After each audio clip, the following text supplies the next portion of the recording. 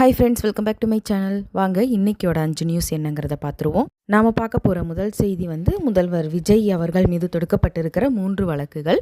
அதாவது தேர்தல் தொடர்பான வழக்குகளை இன்றைக்கி தான் கடைசி நாள் பதிவு செய்கிறதுக்குன்னு சொன்னதுனால இன்றைக்கி நிறைய வழக்குகள் பதிவு செய்யப்பட்டிருக்கு. அதில் விஜய் அவர்கள் மேலே 3 வழக்குகள் போட்டிருக்காங்க. அதாவது அவரோட வெற்றி மீது சந்தேகம் இருக்குது பெரம்பூர் தொகுதியில். ஏன்னா திருச்சிகளுக்கு தான் அவர் ராஜினாமா பண்ணிட்டார்ல, அதனால் அவங்களுக்கு அதை பற்றி பிரச்சனை இல்லை. பெரம்பூருக்கு மேலே எங்களுக்கு சந்தேகம் இருக்குது அப்படின்னு சொல்லிட்டு 3 வாக்காளர்கள் வழக்கு பதிவு பண்ணியிருக்காங்க. அதே மாதிரி இன்னும் சில அமைச்சர்கள் மேலே ஒரு 3 அமைச்சர்கள் மேலேயும் வழக்கு பதிவு செஞ்சுருக்காங்க. இதில் எந்தெந்த அமைச்சர்கள் அப்படின்னு பார்த்தீங்கன்னா, அனைவரும் தாவேக்காவை சார்ந்தவர்களும் தாவேக்காவிற்கு ஆதரவு கொடுத்தவர்களும் மட்டும்தான். திமுக எம்எல்ஏக்கள் மேலேயோ இல்லை அதிமுகவில் ஆதரவு தராத எம்எல்ஏக்கள் மேலேயோ எந்த ஒரு வழக்குமே பதிவு செய்யப்படலை. ஸோ ஆட்டோமேட்டிக்காக இது யார் பதிவு பண்ணியிருப்பாங்க அப்படிங்கிறது நம்மளுக்கே தெரியும். இது என்றைக்கு விசாரணைக்கு வருதுங்கிறது தெரியல. ஆனால் இந்த நியூஸுக்கு சன் டிவியில் வச்சுருந்த தம்ப்நெயில் என்ன தெரியுமா? முதல்வர் விஜய் அவர்கள் மீது 3 வழக்கு பதிவு, வெற்றி செல்லாது அப்படின்னு சொல்லி போட்டிருந்தாங்க. அதனால தாங்க நானும் உள்ளே போய் பார்த்தேன். நல்ல தம்ப்நெயில் தான். ஆனால் இந்த கேஸ் இன்னும் விசாரிக்க வரல. இன்றைக்கி தான் பதிவே செய்யப்பட்டிருக்கு. இரண்டாவது செய்தி, தமிழகத்தில் நம்மளை இந்த பாலியல் குற்றங்கள் நாளுக்கு நாள் அதிகமாகிட்டே போகுது. கடந்த 24 மணி நேரத்தில் மட்டுமே ஒரு 9 குற்றங்கள் பதிவு செய்யப்பட்டிருக்கு பாலியல் தொல்லைக்காக. இப்போ முதல்வர் விஜய் அவர்கள் எதனால இந்த மாதிரி குற்றங்கள் அதிகரிச்சிருக்கு? சிங்கப்பெண் படையை நம்ம அமைச்சிருக்கோம், ரோந்து போய்கிட்டு இருக்காங்க. இருந்தாலும் இந்த மாதிரி குற்றங்கள் தொடர்ந்து அதிகமாக நடக்கிறதுக்கான காரணம் என்ன அப்படிங்கிறத ஆய்வு செஞ்சு அறிக்கை தந்தாகணும். அதற்கு ஏற்ற நடவடிக்கையும் எடுத்தாகணும் அப்படின்னு சொல்லிட்டு அதுக்கு உரிய ஆஃபீஸர்ஸ் கிட்ட சொல்லியிருக்கிறதாக ஒரு செய்தி வந்திருக்கிறது. இதை வச்சு தான் இனிமேல் குற்றங்கள் எந்த அளவுக்கு குறைக்கப்பட போகுது அப்படிங்கிறதையும் தீர்மானம் செய்வாங்க. பார்க்கலாம். இந்த குற்றங்கள் குறைக்கப்படவில்லை அப்படின்னா உண்மையிலேயே தாவேக்காவுக்கு அது ஆபத்தான விஷயம்தான். பார்ப்போம் என்ன நடக்குதுங்கிறத அடுத்தடுத்த அப்டேட்ஸ்லையும் பார்க்கலாம். அடுத்த செய்தி என்னங்கிறத பார்க்கலாம்.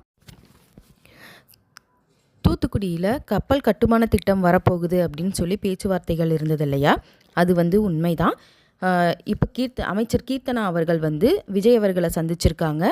அவங்களோடையே நம்ம தென்கொரியாவில் இருந்த ஹியூண்டாய் கம்பெனியோட உயர்மட்ட நிர்வாகிகளும் முதலமைச்சர் விஜய் அவர்களை சந்திச்சிருக்காங்க.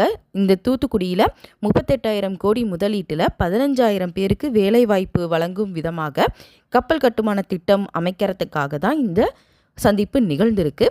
இவங்க வெளிநாடு செல்லும் போது எல்லாமே மேயர் பிரியா அவர்கள் சொல்லியிருந்தாங்க, நீங்கள் ஒரு ப்ரெஸ் மீட் கொடுக்க மாட்டேங்கிறீங்க, எதுவுமே சொல்ல மாட்டேங்கிறீங்க, நீங்கள் பாட்டுக்கு போகிறீங்க, நீங்கள் பாட்டுக்கு வரீங்க, ஊர் சுற்றுறீங்க அப்படிங்கிற மாதிரி சொல்லியிருந்தாங்க இல்லையா? எப்போவுமே வாய் பேசக்கூடாது, செயல்தான் பேசணும். அதை இவங்க நிரூபித்து காட்டியிருக்காங்க. வாங்க அடுத்த நியூஸ் பார்க்கலாம்.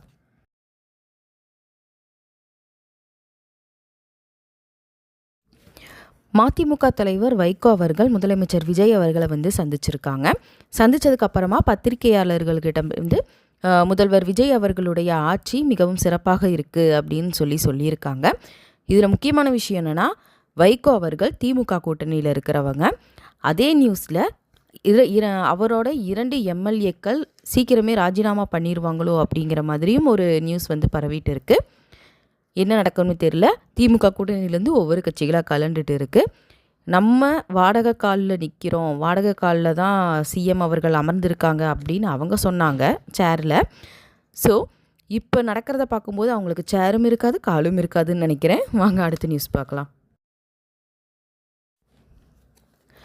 வழக்கம் போலவே எதிர்க்கட்சி தலைவர் உதயநிதி ஸ்டாலின் அவர்கள் எக்ஸ் தளத்தில் நம்மளை சோஃபா மாடல் ஆச்சு, இவங்களை சீக்கிரமாகவே வீட்டுக்கு அனுப்பிடலாம் அப்படிங்கிற மாதிரி ஒரு போஸ்ட் போட்டிருக்காரு. அதுக்கு அமைச்சர் அருண்ராஜா அவர்கள் பத்திரிகையாளர்கள்கிட்ட பேசும்போது ஒரு பதில் சொல்லியிருக்காரு. அது என்னங்கிறத அப்படியே நான் சொல்ல விரும்பலை. அது மூலமாக நம்மளுக்கு புரிஞ்சது என்னென்னா, குடும்ப அரசியல் செஞ்சு ஒரே அரியணை போட்டு அதில் தாத்தா, மகன், பேரன் அப்படின்னு சொல்லிட்டு அவரவர் வாரிசு மட்டுமே உட்கார்ந்து ஆட்சி செய்து அதுலேயே குடும்பத்தை வளர்க்கக்கூடிய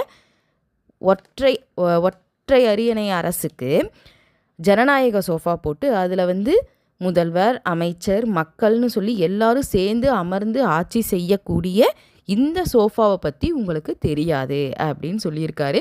எனக்கு என்னமோ இது சரிதானுங்க தோணுது.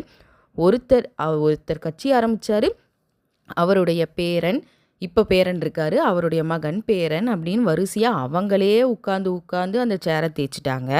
அதுக்கு பதிலாக நாங்கள் ஒரு சோஃபாவை போட்டு அமைச்சர்கள், மக்கள் அப்படின்னு சொல்லி எல்லாரும் அதுலேயும் இத்தனை கூட்டணி கட்சிகளையும் சேர்த்து அதுலேயே உட்கார வச்சு ஒன்றா சேர்ந்து ஆட்சி செய்கிறோம்னு சொல்லியிருக்காங்க.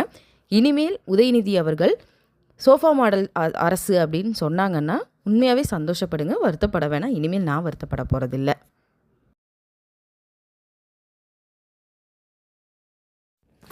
அடுத்த நியூஸ் வந்து அம்மா உணவகத்தை பற்றினது.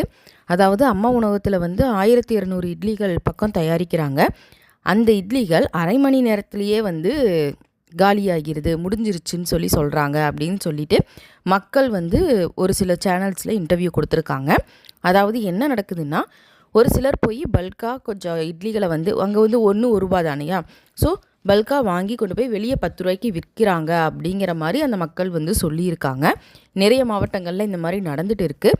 ஸோ அரசுக்கு ஒரு சின்ன வேண்டுகோள் என்னென்னா, திட்டம் வந்து இப்போ நல்லபடியாக நடக்குது, உணவு நல்லா இருக்குது, முன்பு இருந்ததை விட இப்போ இன்னும் சிறப்பாக இருக்குது அப்படிங்கிற மாதிரி எல்லா மக்களும் சொல்கிறாங்க. அப்படி இருக்கும் விதத்தில் இந்த மாதிரி ஒரு சில குறைகள் இருக்க தான் செய்யுது. இதை வந்து கண்காணித்து இதை சரிப்படுத்தணும். ஏன்னா ஏழை எளியவர்கள் நல்லா சாப்பிடணுங்கிறதுக்காக ஜெயலலிதா அம்மா அவர்களால் ஆரம்பிக்கப்பட்ட திட்டம் இது வந்து வியாபாரிகளுக்கானது அல்ல. இதை தயவு செஞ்சு கண்காணிங்க, கவனித்து அதுக்கான ஆக்ஷன் எடுங்க.